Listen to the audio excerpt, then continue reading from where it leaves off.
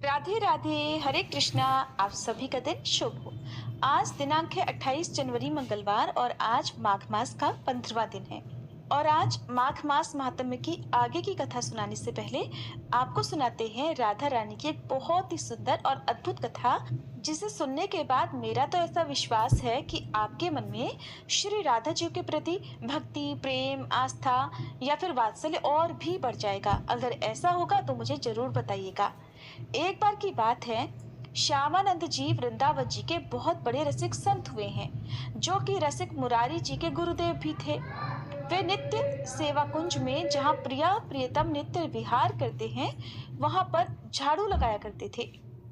झाड़ू को सोहनी भी कहते हैं। तो वो सोहनी लगाते समय बड़े ध्यान से, बड़े गौर से एक एक लता के नीचे देखा करते कि कहीं कोई चरण चिन्ह तो नहीं है, क्योंकि कभी कभी उनको प्रियालाल के चरण चिन्हों के दर्शन हो जाते थे। तो वो बड़े भाव में निमग्न हो जाया करते। प्रियालाल के चरणों में जो चिन्ह हैं, वो उन्हें देखकर पहचान लेते कि ये तो उनके ही चरण चिन्ह हैं। एक दिन इनको सेवा कुंज में सोहनी सेवा करते देखकर श्री राधा रानी को इन्हें दर्शन देने की इच्छा हुई। लेकिन जब तक किसी सखी सहचरी की कृपा न हो, तब तक श्री राधा रानी किसी को दर्शन नहीं दे सकती। इसीलिए तो इच्छा होने पर भी श्री राधा रानी सीधा दर्शन नहीं देती। उन्हें अपनी किसी सहचरी की या सखी की आवश्यकता पड़ती ही है। अब एक दिन श्री राधा रानी ने जानबूझकर अपने श्री चरण का एक नुपुर सेवा कुंज में छोड़ दिया। प्रातःकाल श्री श्यामानंद जी अपने नित्य कर्म के अनुसार सोहनी लगाते थे। नित्य सेवा के अनुसार वो झाड़ू लगाया करते। सोहनी लगाते समय उन्होंने आज देखा कि एक बड़ा ही कीमती अद्भुत नुपुर वहां पर था। उसे देखकर उन्हें तो बड़ा आनंद मिल रहा था। उन्होंने सोचा कि शायद किसी नवविवाहिता वधू का होगा, और फिर सोचने लगे कि अगर वो ढूंढने आएगी तो उसे दे देंगे। ऐसा सोचकर उन्होंने नुपुर को अपनी पगड़ी में बांध लिया और वापस सोहनी लगाने लगे। अब श्री राधा जीओ, जो कण कण में विराजमान है, जो संसार की सारी लीलाओं को खुद ही रचती हैं, जो सारे दृश्य को स्वयं देखती हैं, तो जब उन्होंने देखा तो श्री राधा जी ने श्री ललिता जी से कहा कि ये मंगला के आभूषण संभाल कर रखो। ललिता जी श्री राधा रानी की सबसे प्रिय सखियों में से एक है। तो ललिता जी ने कहा, प्यारी जू, आपके एक श्री चरण का नुपुर तो इसमें है ही नहीं।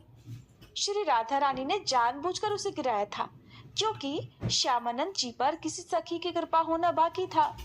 इसलिए श्री राधा रानी ने ललिता जी से कहा, जाओ जरा देखो तो सेवा कुंज में किसी लता के नीचे तो नहीं गिर गया। अब ललिता जी ने खोज प्रारंभ की तो देखा कि श्री श्यामानंद जी सोहनी लगा रहे हैं और राधा राधा नाम जप रहे हैं। ललिता जी ने विचार किया कि मैं अपने स्वरूप में जाकर इनसे नुपुर मांगूंगी तो अच्छा नहीं रहेगा। इसलिए वो एक साधारण वेश में गई और कहने लगी, बाबा बाबा, यह सोहनी लगाते हुए आपको कोई नुपुर तो नहीं मिला? अगर मिला हो तो मुझे दे दीजिए। ललिता जी साधारण वेश में गई हुई थी। उन्हें देखकर श्यामानंद जी बोले, वो नुपुर तुम्हारा तो नहीं हो सकता? तो ललिता जी बोली, नहीं, वो मेरा नहीं है, मेरी बहू का है। लाओ मुझे दे दो अगर आपके पास है तो। बाबा बोले, नहीं, मैं ऐसे तुम्हें नुपुर नहीं दे सकता। अगर वो नुपुर तुम्हारी बहू का है तो पहले उसी तरह का दूसरा नुपुर दिखाओ। अगर वही हुआ तो मैं अभी दे दूंगा, और अगर नहीं दिखाया तो नहीं दूंगा। बाबा को अंदर ही अंदर आनंद हो रहा था कि इस नुपुर में कुछ तो खास है, क्योंकि इसकी खोज हो रही है। उन्हें ललिता जी से बात करके अपार आनंद भी मिल रहा था, और वो समझ गए थे कि ये कोई साधारण व्यक्ति नहीं, ये अवश्य कोई दिव्य व्यक्ति है जो अपने वेश को छुपाए हुए हैं। ललिता जी बोली, अरे ना बाबा, तो मुझे ही दे दे। अब बाबा मना करने लगे, नहीं, मैं आपको इसे नहीं दूंगा, मैं आपको दे दूंगा। और थोड़ी देर बाद जिस बहू या बेटी का ये गिरा है, अगर वो आकर मुझसे पूछे कि ये मेरा नुपुर था तो मैं तुम्हें कहाँ खोजूंगा? मैं तभी ये नुपुर तुम्हें दूंगा जब तुम दूसरे चरण का नुपुर भी लाकर मुझे दिखाओगी। अब तो ललिता जी ने बहुत हठ किया, लेकिन बाबा ने उन्हें नुपुर नहीं दिया। अब आकर ललिता जी ने श्री राधा जी से बात की तो श्री जी ने कहा, सखी, अब तो लगता है मुझे ही जाना होगा, क्योंकि बाबा बहुत जिद्दी हैं। और देखो, ये रोज मेरी कुंज की सोहनी सेवा करते हैं, चलो आज चलकर इन्हें निहाल करते हैं। अब श्री जी जब किसी भक्त को दर्शन देने के लिए उतावली हो जाए तो स्वयं दर्शन का विधान बनाती हैं। सहज स्वभाव परयो नवल किशोरी जू को मृदुता दयालुता कृपालुता की राशि है। श्री राधा रानी और ललिता जी अब श्यामानंद जी के पास आई। ललिता जी ने आकर बाबा से कहा, बाबा इनके चरणों की तरफ देखो, वही नूपुर ऐसा है ना? ऐसा ही नूपुर तो तुम्हारे पास है। तब बाबा ने नूपुर देखा, फिर कहने लगे, हाँ ये तो बिल्कुल वैसा ही है। और ऐसा कहते हुए ही श्री जी की करुणा देखकर वो उनके चरणों में साष्टांग लौट गए। बाबा ने इशारा किया, मैं बांध दूं? श्री जी ने हाँ में सिर हिलाया। तब बाबा ने श्री जी के चरणों में नूपुर बांधा और श्री जी ने अपना हाथ श्यामानंद महाप्रभु जी के मस्तक पर रखा। तब श्री जी श्यामानंद जी को दुलार करने लगी कि मेरी कुंज की सोहनी लगाने वाली ये मेरी सखी हैं। श्री जी बहुत प्रसन्न थी। बाबा फिर उनके चरणों में लौट गए। इस पर बाबा ने जो नूपुर बांधा था उसी को झनकारते हुए श्री जी ने बाबा के मस्तक पर उसे रखा तो नूपुर की दिव्य छाप श्यामानंद महाप्रभु जी के मस्तक पर पड़ गई। अब तो वो प्रेम मगन होकर भाव में डूब गए। इसके कुछ समय बाद अपने गुरुदेव श्री हृदयानंद जी के पास आए तो उन्होंने श्यामानंद जी के मस्तक पर छाप देखकर कहा, ये संप्रदाय के विरुद्ध छाप कैसे लगा ली? जो हमने दी है वो तो लगाई नहीं। तब उन्होंने कहा, गुरुदेव ये मनमुखी छाप नहीं है, ये छाप तो इष्ट देव ने स्वयं लगाई है। हृदयानंद जी ने सोचा ये बहाना बना रहा है तो उन्हें डांट कर कहा, इसे जल्दी धो लो। श्यामानंद जी ने आज्ञा मानते हुए बहुत धोया, रगड़ रगड़ कर छाप साफ की, पर श्री जी की लगाई हुई छाप भला कैसे छूट सकती थी। अब हृदयानंद जी ने समझा कि इन्होंने ठीक से नहीं धोया होगा, फिर बोले, इधर आओ मैं साफ करूं। अब उन्होंने रगड़ रगड़ कर इतना घिसा कि श्यामानंद जी के मस्तक से रक्त बहने लगा, लेकिन छाप फिर भी नहीं छूटी। अब तो वो सहम गए, कहने लगे, सत्य कहो, क्या ये श्री जी की लगाई हुई छाप है? श्यामानंद जी ने हाँ में उत्तर दिया। हृदयानंद जी कहने लगे, धन्य है तुम्हारा जीवन, अब मुझे विश्वास हो गया है कि श्री जी ने तुम्हें स्वीकार कर लिया है। फिर हृदयानंद जी ने फिर से कहा कि फिर भी हम ये मानेंगे कि तुमने हमारे तिलक की जगह छाप लगाई, इसलिए ये अपराध है, इसलिए हम वैष्णव समाज में इसका दंड निर्धारित करेंगे। गुरुजनों की बड़ी विचित्र लीला होती है। श्यामानंद जी के हृदय में आया कि गुरुदेव आपकी कृपा से ही तो मुझे श्री जी ने सहचरी भाव दिया है और ये छाप लगाई है। श्री जी ने अपने नुपुर की छाप देकर मुझे अपनी परिकर में मिला लिया। इधर श्यामानंद जी का दंड निर्धारित करने के लिए वैष्णव समाज की सभा बुलाई गई। तब श्री कृष्ण के सखा सुबल प्रकट हुए और उन्होंने पूरी वैष्णव मंडली के बीच में कहा, मैं साक्षी देता हूँ कि इन्होंने अपने आप से छाप नहीं लगाई, स्वयं श्री राधा जी ने प्रकट होकर छाप लगाई है। सुबल इतना बोलकर पास के ही एक तमाल वृक्ष में समा गए। तुरंत दिव्य वाणी हुई, हृदयानंद जी अब तो विश्वास कर ले कि तुम्हारा शिष्य वहां पहुंच चुका है जहां तुम्हारी भी पहुंच नहीं है। वो श्री जी के निज परिकर में मिल चुका है। अब तो दिव्य वाणी सुनकर हृदयानंद जी सहम गए और सारी बात मान गए। लेकिन अब उनका हृदय जलने लगा, ये सोचकर कि उनसे अपने शिष्य के प्रति गलती हो गई।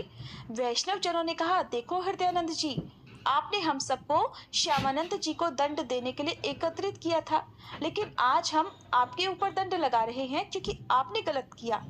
अपने शिष्य के माथे को इतना रगड़ा कि मस्तक से रक्त निकलने लगा और वो कहते रहे कि ये छाप श्री जी ने ही लगाई है, फिर भी आप नहीं माने। आखिर तमाल वृक्ष से सुबल सखा को प्रकट होकर गवाही देनी पड़ी और अब देवीवाणी भी हुई है। हम आपको क्षमा नहीं करेंगे। इसके प्रायश्चित के लिए आप 12 दिनों तक संतों का भंडारा करवाएं और अखंड कीर्तन और भगवत चर्चा करवाएं, यही आपका दंड है। उस दिन से ही हृदयानंद जी के यहाँ दंड उत्सव मनाए जाने की प्रथा प्रारंभ हुई। श्यामानंद जी तत्काल समस्त वैष्णव जनों के समक्ष खड़े हुए और उन्होंने हाथ जोड़कर कहा कि गुरुदेव जी को जो दंड दिया गया है उसे मैं स्वीकार करता हूँ। आज से मैं दंड उत्सव करूंगा, ये मेरा अहोभाग्य है और शायद गुरुदेव यही करवाना चाहते थे, इसीलिए तो उन्होंने ये लीला की। इससे हम ये सब देख सकते हैं कि शिष्य में अब भी अपने गुरु के प्रति दोष नहीं आया। वहां उपस्थित वैष्णव जनों ने कहा, धन्य हो तुम श्यामानंद जी, और धन्य है तुम्हारी गुरु भक्ति। ऐसा कहकर संतों ने श्यामानंद जी को स्वीकृति दे दी। फिर श्यामानंद जी ने बड़े उत्साह से 12 दिनों तक उत्सव मनाया। यद्यपि वो दंड एक बार के लिए था, लेकिन अब उसे हर वर्ष मनाया जाने लगा। ये थी आज की कथा। अब सुनिए माघ मास महात्म्य का आज का अध्याय। श्री सूत जी कहते हैं, हे विप्रवरों, हाटकेश्वर क्षेत्र में सिद्धेश्वर नामक लिंग है। उस लिंग के रूप में वहां साक्षात भगवान शंकर स्वयं ही प्रकट हैं। वे स्मरण और दर्शन करने से सदा सभी प्रकार की सिद्धि देने वाले हैं। जो मनुष्य पवित्र भाव से भक्ति पूर्वक उन सिद्धेश्वर का दर्शन या स्पर्श करता है, वह दुर्लभ मनोरथ को भी शीघ्र प्राप्त कर लेता है। उस क्षेत्र में पहले स्पर्श और दर्शन करने से सैकड़ों पुरुष सिद्धि को प्राप्त हो चुके हैं और कितने ही मनुष्य केवल प्रणाम करने से ही सिद्धि के भागी हुए हैं। श्री सूत जी कहते हैं कि पूर्व काल में जब मैं पिता के घर में रहता था, मेरे सामने ही एक दिन वहां महातेजस्वी वत्स मुनि पधारे। उस समय उनका दर्शन करके मेरे पिताजी ने भक्ति भाव से उन्हें प्रणाम किया और अर्घ्य देकर विनय पूर्वक पूछा, हे विप्रवर, आपका स्वागत है। आप कहाँ से आए हैं? मेरे लिए यथोचित सेवा के निमित्त कोई आज्ञा हो तो दीजिए। वत्स जी कहने लगे, सूत, मैं तुम्हारे आश्रम पर चातुर्मास व्रत करना चाहता हूँ। अगर तुम मेरी सेवा करो तो मैं यही चौमासा कर सकूं। लो महर्षण जी ने कहा, हे ब्राह्मण, मैं निसंदेह आपकी आज्ञा का पालन करूंगा। फिर ऐसा कहकर मेरे पिताजी मुझसे बोले कि वत्स, तुम्हें प्रतिदिन इन महर्षि की सेवा करनी चाहिए। तब मैं विनीत भाव से उनकी सेवा टहल के सभी कार्य करने लग गया। वे रात में मुझे विचित्र विचित्र कथाएं सुनाया करते थे।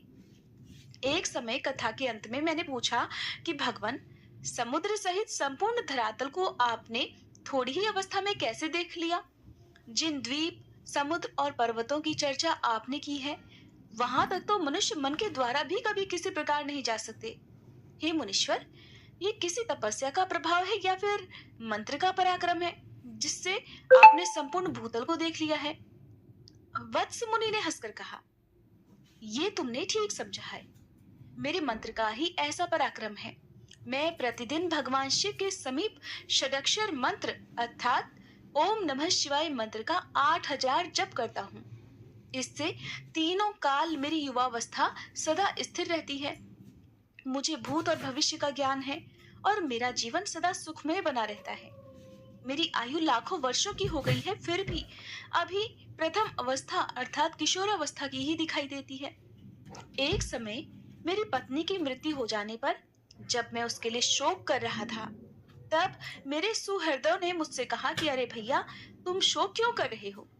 एक न एक दिन तो हम सभी की मृत्यु होने वाली है, इसके लिए रोना क्या है? तुमने अपनी पत्नी को पहले से नहीं देखा था, वह अदर्शन से ही तुम्हें प्राप्त हुई थी और अब पुनः अदर्शनावस्था को ही चली गई है। न वह तुम्हारी थी न तुम उसके, फिर व्यर्थ शोक क्यों करते हो? किसी का किसी के साथ एक स्थान पर सदा निवास नहीं होता। अपने शरीर के साथ भी मनुष्य सदा नहीं रह सकता। फिर इस शरीर से अलग जो दूसरे लोग हैं, उनके साथ भला सदा के लिए कैसे रहा जा सकता है? जो मरे हुए संबंधी, खोई हुई वस्तु और बीती हुई बातों के लिए शोक करता है, वह दुख से दुख उठाता है। इस प्रकार वे सभी सुहृद मुझे समझा बुझाकर घर ले आए। घर आने पर मैंने ये प्रतिज्ञा की कि जहां कहीं भी सर्प को देखूंगा वहीं उसे डंडे से मार डालूंगा, क्योंकि मेरी पत्नी को सांप ने ही काट खाया है। ऐसा निश्चय करके एक समय मैं घूमता हुआ चमत्कारपुर में पहुंच गया। वहां एक कुंड से निकलकर पड़े हुए विशाल जल सर्प को देखा। देखते ही उसे मारने के लिए मैंने अपना डंडा उठाया।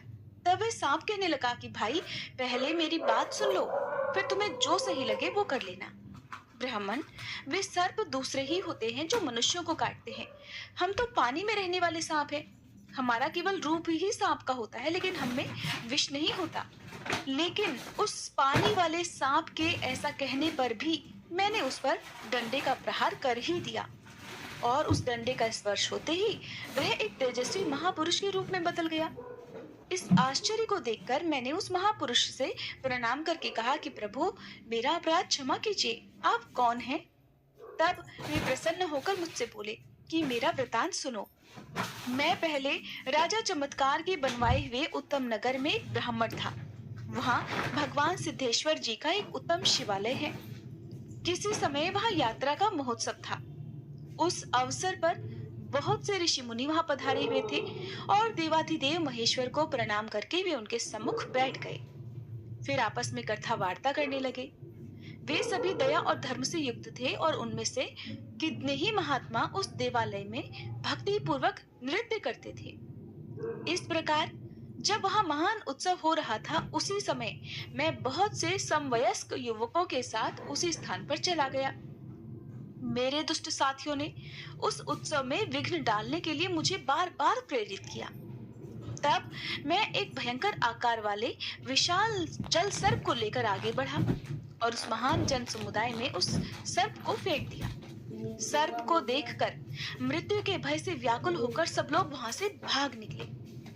वहीं सुमन नाम वाले एक तपस्वी भी थे, जो अपने उत्तम शिष्यों के साथ वहां आकर समाधि में लीन थे।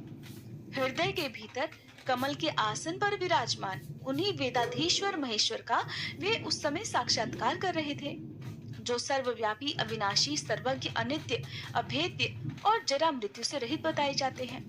उन तपस्वी के सभी अंगों में रोमांच हो रहा था। उनके नेत्रों से आनंद अश्रुओं की अजस्र धारा प्रवाहित होकर उन्हें भिगो रही थी। इस प्रकार समाधिस्थ होकर अविचल भाव से बैठे हुए उन महात्मा के शरीर को उस सर्प ने अपनी देह से लपेट लिया। उसी समय उनका एक शिष्य वहां आ गया, जो बड़ा तपस्वी था, जिसका नाम श्रीवर्धन था। उसने अपने गुरु के शरीर से लिपटे हुए सांप को और पास में ही मुझे खड़े हुए देखकर समझ लिया कि इसी ने ये दुष्टता की है। तब उसने क्रोधित होकर कहा कि अगर मैंने निर्विकल्प चित्त से महादेव जी का ध्यान किया है, तो उस सत्य से ये दुष्टात्मा ब्राह्मण ऐसे ही सांप वाली आकृति का हो जाए। उसके इतना कहते ही मैं उसी क्षण भयंकर सर्प शरीर को प्राप्त हो गया। फिर समाधि से विरत होने पर मुनि ने अपने शरीर पर भयंकर आकार वाले सांप को देखा। फिर सांप की ही आकृति में स्थित मुझे महान दुख उठाते हुए देखा, तो पास खड़ी हुई सभी जनता को तटस्थ और भय से संतृप्त पाया। तब उन्होंने ज्ञान दृष्टि से सब कुछ जान लिया और मेरे प्रति दया भाव से भरकर अपने शिष्य से कहा कि श्रीवर्धन, तुमने ये सब कर्म करके मेरा प्रिय नहीं किया, इस दीन ब्राह्मण को श्राप दे दिया। ये तपस्वियों का धर्म नहीं है, जो मान और अपमान में समान रहे, ढीला पत्थर और सोने को एक सा समझे तथा शत्रु और मित्र के साथ एक सा स्नेहपूर्ण बर्ताव करे, वही तपस्वी सिद्धि को प्राप्त होता है। और तुमने अज्ञानवश इस ब्राह्मण को शाप दे दिया है। ये तुम्हारा बाल चापल्य ही तो है। मेरी आज्ञा से इसके प्रति पुनः तुम्हें अपना प्रमाद प्रकट करना चाहिए। ये सुनकर शिष्य श्रीवर्धन ने हाथ जोड़कर गुरु को प्रणाम करके कहा कि मैंने ज्ञान अथवा अज्ञान से हे गुरुवर जो बात कह दी है, वह निस्संदेह वैसी ही होगी। गुरु बोले, वत्स, मैं जानता हूँ कि तुम्हारी वाणी कभी झूठी नहीं हो सकती। फिर भी मैं ये बार बार कहता हूँ कि तपस्या और धर्म से हीन पुरुषों की जो चाल होती है, वही तपस्वी मुनियों की नहीं होती। उन यतियों के लिए तो एकमात्र क्षमा ही सिद्धि देने वाली बताई गई है। इसलिए तपस्वी जनों को सदा क्षमा का आदर्श सामने रखकर ही बर्ताव करना चाहिए। पापी के प्रति कभी खुद पापी नहीं बनना चाहिए। यही सनातन बुद्धि है। जो पापात्मा पाप करता है, वह स्वयं ही नष्ट हो जाता है। जो पापी के प्रति स्वयं भी पाप पूर्ण बर्ताव करता है, वह उत्तम ज्ञान से रहित है, क्योंकि वो तो जले हुए को ही जलाता है और मरे हुए को ही मारता है। जो अपना उपकार करने वाले पुरुषों के प्रति ही साधुता पूर्ण बर्ताव करता है, उसकी उस साधुता में क्या विशेषता है? जो अपनी बुराई करने वालों के प्रति भी साधु भाव रखता है, वही जनता द्वारा साधु कहा जाता है। अपने शिष्य से ऐसा कहकर गुरुजी ने परम दया से युक्त होकर फिर मुझसे कहा कि सर्प, मेरे शिष्य की बात झूठी नहीं हो सकती। अर्थात इसने जो भी शाप तुम्हें दिया है वो झूठा नहीं हो सकता। इसलिए अब तुम कुछ समय तक सर्प के शरीर में ही स्थित रहकर अपने उद्धार की प्रतीक्षा करो। तब मैंने पूछा, हे मुनि श्रेष्ठ, मेरा शाप कब दूर होगा? उन्होंने उत्तर दिया, जो शिवालय में एक क्षण भी संगीत आदि का आयोजन करता है, उसके धर्म की संख्या नहीं बताई जा सकती। इसी प्रकार जो उस महोत्सव में विघ्न डालता है उसके पाप की भी कोई गणना नहीं कर सकता।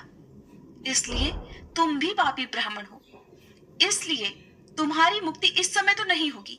फिर भी मेरी एक बात सुनो, जो श्रद्धा पूर्वक भगवान शिव के षडक्षर मंत्र अर्थात ओम नमः शिवाय मंत्र का जाप करता है उसका ब्रह्म हत्या जनित पाप भी नष्ट हो जाता है। 10 बार षडक्षर मंत्र के एक जप से एक दिन का और 20 बार के जप से मनुष्य 1 वर्ष का पाप धो डालता है। इसलिए अब तुम जल में रहकर आदत पूर्वक इस मंत्र का जप करो, जिससे जन्मांतर में किया हुआ तुम्हारा पाप भी क्षीण हो जाए। जब वत्स नाम वाले एक ब्राह्मण तुम्हें क्रोध पूर्वक डंडे से मारेंगे उस समय तुम्हारा उद्धार हो जाएगा।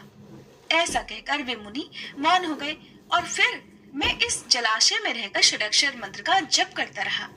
हे ब्राह्मण, आज तुम्हारी कृपा से मुझे इस सर्प योनि से मुक्ति मिल गई, इसलिए शीघ्र बताओ मैं तुम्हारा कौन सा प्रिय कार्य करूं। तब मैंने उस दिव्य रूपधारी सर्प से कहा, भगवान, मुझे कुछ कल्याणकारी उपदेश दे दीजिए, जिससे मुझे अपनी प्रिय पत्नी के विनाश का दुख न हो तथा निर्धनता, रोग और शत्रु से पराजय का कष्ट भी न हो। मेरा ये प्रश्न सुनकर उस श्रेष्ठ पुरुष ने कहा, हे द्विजवर, भगवान शिव का षडक्षर मंत्र मनुष्यों का सभी पाप और अमंगल हर लेने वाला है। हे ब्राह्मण, तुम रात दिन उस मंत्र का यथाशक्ति जप करते रहो। उसके जप से सभी पापों से मुक्त होकर तुम निस्संदेह अभीष्ट वस्तु प्राप्त कर लोगे। मैंने भी सदैव बड़े बड़े पाप किए हैं, फिर भी उस मंत्र के महात्म्य से मुझे परम ऐश्वर्य युक्त लोक प्राप्त हुए हैं। हे विप्रवर, ये परम गोपनीय मंत्र मैंने तुम्हें बताया है। किसी नास्तिक को इसका उपदेश कभी नहीं करना चाहिए। सभी वेदों में अहिंसा को परम धर्म बताया गया है। विशेषतः ब्राह्मण के लिए तो हिंसा सर्वथा त्याज्य है। इसलिए तुम सर्प का वध त्याग दो। जो समस्त चराचर प्राणियों को अभय देता है वह इस लोक और परलोक में सदा सभी प्रकार के सुखों से संपन्न हो जाता है। भगवान शंकर के समान कोई देवता नहीं है, गंगा जी के समान कोई दूसरी पवित्र नदी नहीं है और हिंसा के समान बढ़कर कोई पाप नहीं है और दया से बढ़कर कोई धर्म नहीं है। फिर वह अहिंसा रूप धर्म सुनकर मैंने परलोक के भय से दुखी होकर उस ब्राह्मण से पूछा कि भगवान, मैंने बड़े बूढ़ों के मुख से ये बात सुनी है कि राजा अगर वन में मृगों का वध करे तो उसे दोष नहीं लगता है, और चिकित्सा शास्त्र के विद्वान कहते हैं कि मांस खाने वाले लोग विशेष पुष्ट और दीर्घजीवी होते हैं।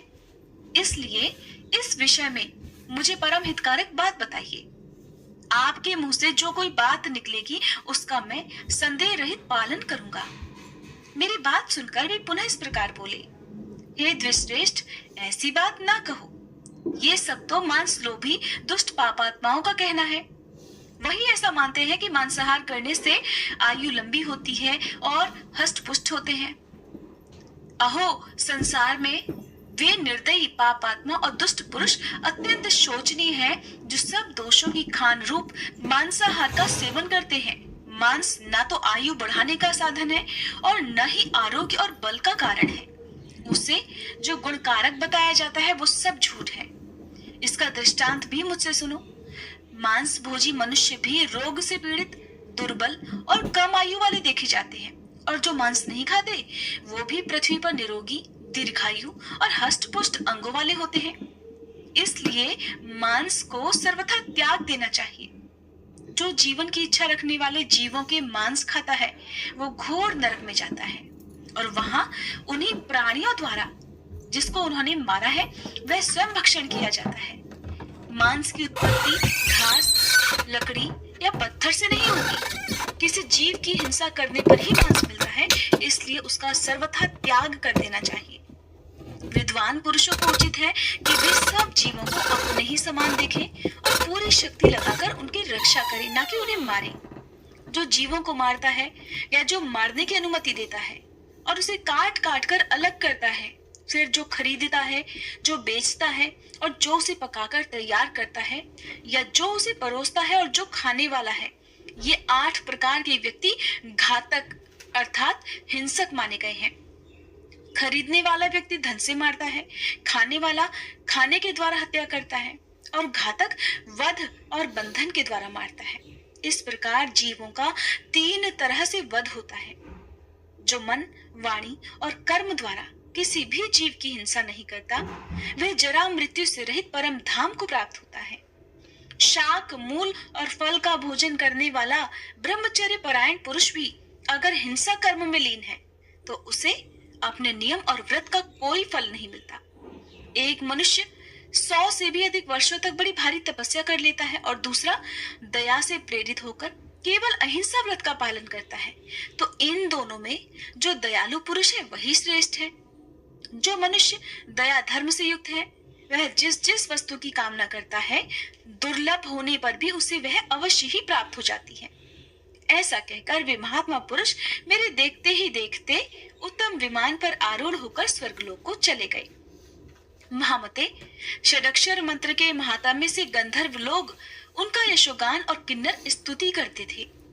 उन महात्मा के चले जाने पर फिर मैंने भक्ति पूर्वक शिव मंत्र की दीक्षा ग्रहण की और तीनों संध्याओं में अर्थात सुबह, दोपहर और शाम को श्रद्धा युक्त होकर भगवान सिद्धेश्वर के समीप बैठकर मैं प्रतिदिन 10,000 मंत्र का जप करने लगा। इसी से मेरी युवावस्था स्थिर हो गई है और मुझे लोकांतरों का ज्ञान और आकाश गमन की शक्ति भी प्राप्त हो गई है। द्वापर युग का अंत होने पर मैं सिद्धेश्वर जी का दर्शन करूंगा और सदा शिवलोक को प्राप्त होऊंगा। ये मैंने सत्य बात बतलाई है। हे सूतनंदन, मैंने यह मोक्षदायक षडक्षर मंत्र का महात्म्य तुम्हें सुनाया है। जो मनुष्य उत्तम श्रद्धा से युक्त होकर इसका सदा श्रवण करेगा, वह जन्म से लेकर मृत्यु तक के समस्त पापों से मुक्त हो जाएगा। महाभाग, तुम भी इस मंत्र का सदा जप किया करो। श्री सूत जी कहते हैं, महर्षियों, इस प्रकार पहले सदगुरु के मुख से सुना हुआ यह षडाक्षर महात्म्य मैंने तुम्हारे सामने कहा है। हरे कृष्णा। आज के अध्याय में बस इतना ही। इसके आगे का वृतांत आप सभी अगले अध्याय में जरूर सुनिएगा।